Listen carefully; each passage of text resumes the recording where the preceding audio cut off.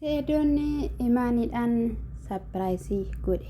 Maartiin Abeeliidhaan obboloota kee na barsiisi jetteen. Yeroo darbe na fuudhi jaarsummaa ergadhuutii akka ishiin jetteen sodaadhee yaaddaa'eera.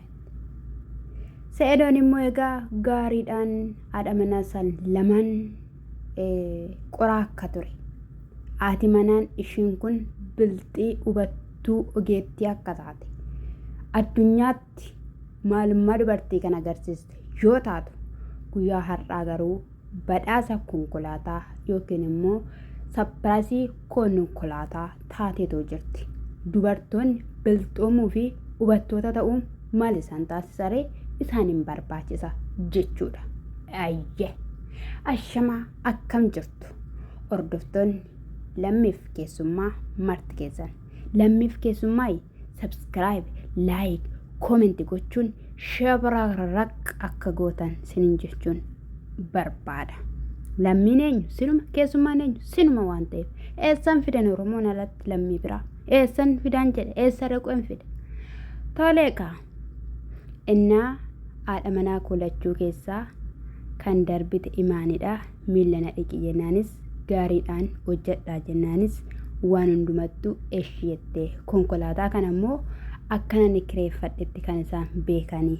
Ani garuu duran yeroo biyya Yaman tureni Iyyaasuu fi Woshmoo eenyudha maqaan isaa namichicha qal'aa dheeraa kana diimaa kana jechuudha. Woshidha miti isa faana naaf ladhaadheeni bifan barbaadu lakkoofsan barbaadu sana booddee isaan immoo naaf filatanii. Isa biraan Iyyaasuun mi'a filachuutti tokkoffaadha. Baay'ee nama amanamaadha jabaa namaati jechuun nu gidduutti hin argamne garuu kan isaan jedhan. Egaa haa ta'u malee intalli kun imaaniin fakkaatti garuu hiriyaadha jedhamtee jirti jechuudha. Innaa isa kanadha. Hawwiin as keessa hin jirtu. Sumayyaan immoo suuta jettee dhuftee qulfii suuta jettee sin harkaa fuutee oofaa akka magaalaa Adaamaa keessa siifachi shirri godhin jenne namatti tola jechuudha. Sanaa booda egaa nuyinis akkasuma hordoftoota isaallee seedoon baay'ee galateeffatee hojii biraa qabaachuu baannuyyuu ayiddannuu TV hojjechuu eegalee ilaalcha singootaan subscribe like akkasumas illee subscribe illee gochuu baattan ilaalcha sin ilaaltaniin bu'aa keessani kuni sinirraatiin kan ka'edha. Qarshii YouTube dhaanii kan kana olis illee yoo jiraate garuu kan bite qarshii YouTube yoo jedhu jechuudha. Kun baay'ee tokko nama gammachiisa dhugaa dubbachuuf hojjetanii argachuu wal hojjechiisuu wal guddisuu jechuun ammallee Oromoo biraatti inaafaa isa dhugaadha. Garuu haa ta'u malee baay'ee tokko nama gammachiisa. Seedoon nama gaariidha. Nama gargaarudha. Nama bukkee dhaabbatudha jechuudha dhugaa dubbachuudhaaf osoo nama hin tuffatiin jechuudhaan yeroo wayii hargira dubbise waan ta'eef sababa YouTubetiin garuu baay'ee dhugaa dubbachuuf taanaanii nama gaariidha jechuudha. Yaada nama hinuu baata xiqqaa guddaa siin jiru qixxeemsi kabaja jechuudha.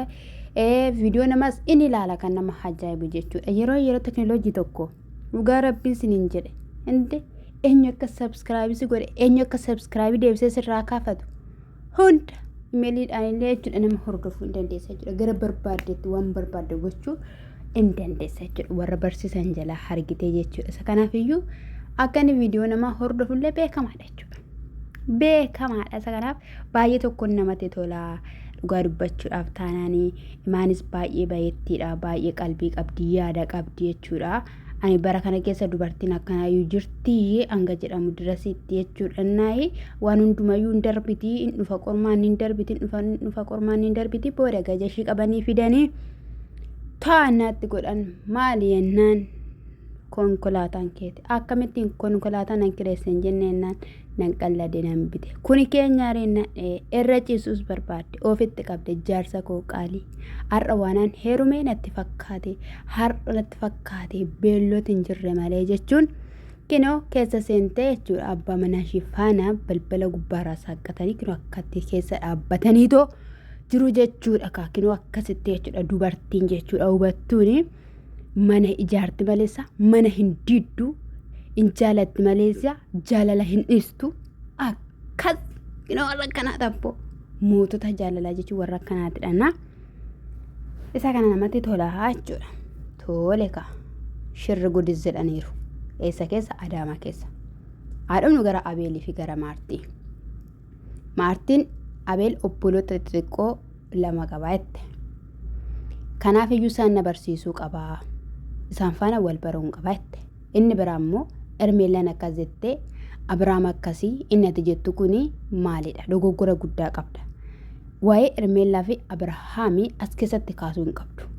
Waa'ee keetii fi waa'ee Abeel haasa'uu qabda malee isaan jireenya isaanii as keessa naquu hin qabdu jechuudha. Sigaleera ani kanaafan ina riifattaa suuta jedhiisin jechuu barbaade jechuudha. Waliin dhayin keessatti warri biyya keessa jirtan waliin dhayina.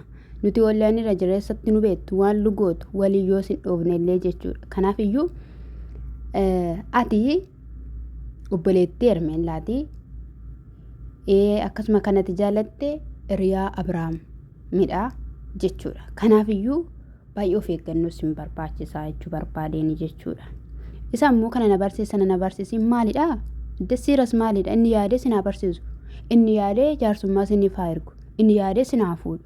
Inni yaadee jaalala sin haa gaafatu. Bakka mindina dubartoonni maal taataniittu bageetaa safuu keessanii fi safeeffata keessan natsannati keessan hin gatiina bakka edda jaalalli sin deebi'ee edda baaboon sin kenname wanta sin barsiisuu qabu numti sin barsiisu waa'ee karaa maatii isaatii. Si jammar dammoo gaahilaan alatti jechuudha. Maalaan irraa fuudha obboloota isaarraa maalaan irraa fuudha obboleessa isaarraa siiras ishin okkoo dirqama inni sin barsiisu anaa fi ati yoo walitti buuneera ta'e isaan faana deebi'ee walitti bu'a jechaani kan inni ture jechuudha. Sodaateetoo jira jechuudha. Ani fatiyyuu seera waliin barreenuu afaadhaan maariifattee ati maatii isaa baruun maal si barbaachisa? Tuttuqqaa yoo gaafate qabaatte akkoo waan tokko yoo sirratti argan akkoo obboleessumsaas caalchifatu. Kanaaf immoo gaalli kee yeroo sana maal ta'are hin tuttuqama jaalalli kee waan baay'ee ta'a jechuudha. Ani amma yeroo waayee ani baasawee jechuudha gara waggaa 4 oliiti jechuudha. Erganii waan akkasii eegalee hanga har'aatti garuu obboloota isaa hin beeku. Siiras hin beeku. Baruun barbaachisaadha garuu nan beekasa kana jechuudha. Rakkoos qaba. Wal tuffachuu dhufa, wal xiqqeessuu dhufa. Gaafa si baran jechuudha. Suuraa koo beeku, ani suura isaan hin beeka. Bakka hallaqa kanarraatiin kana fe jechuudha. Seeraan haadaan jaarsa ergamee seera qabeessaan wanti ta'e ofiinuu boodayyuu wal baru. Bakka wal baru hin oolu waan ta'eef jechuudha. Har'a maalidhanni akka nama kiikii fi shiroo walitti baxaxee hojjetu inni si walitti waan ergitan baxaxan barii kanatu iyyuu jechuudha akkasiin hin kabanye gaalli keessan oolee akkam bullee jireenyi keessan oolee akkam bullee kan sin godha jechuudha. Dura wal waan ta'e hin currobaa dhugaa dubbachuuf taana hin currobaa. Abeelis toleedhee jira jechuudha. Abeeliidhaan immoo maal jettee jenneenii maalii natti fakkaata turteeyyuu sabboonaa wayii callisaa wayii bakka kooraa wayii natti fakkaata fa'i jechaanii turte. Amaluma kooti binaamina callisuun filadha yeroo hundumayyuu jedhe jechuudha gaa'ee dhuguma simmi jedhaadha. Ati nama addaati jettee ni jirti jechuudha. Ajaa'ibaa hojii ishiis immoo sinan barsiisaa jira jechuudha.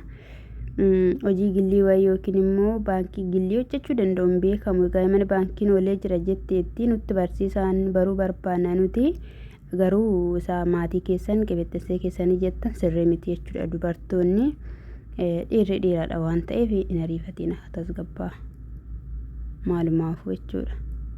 Naasa kana isiniin jechuun jaaladha kaanii obboleettiin keessanii gooftaan kosinaa eebbisuu maatiin haa ta'u keessanitti fufa.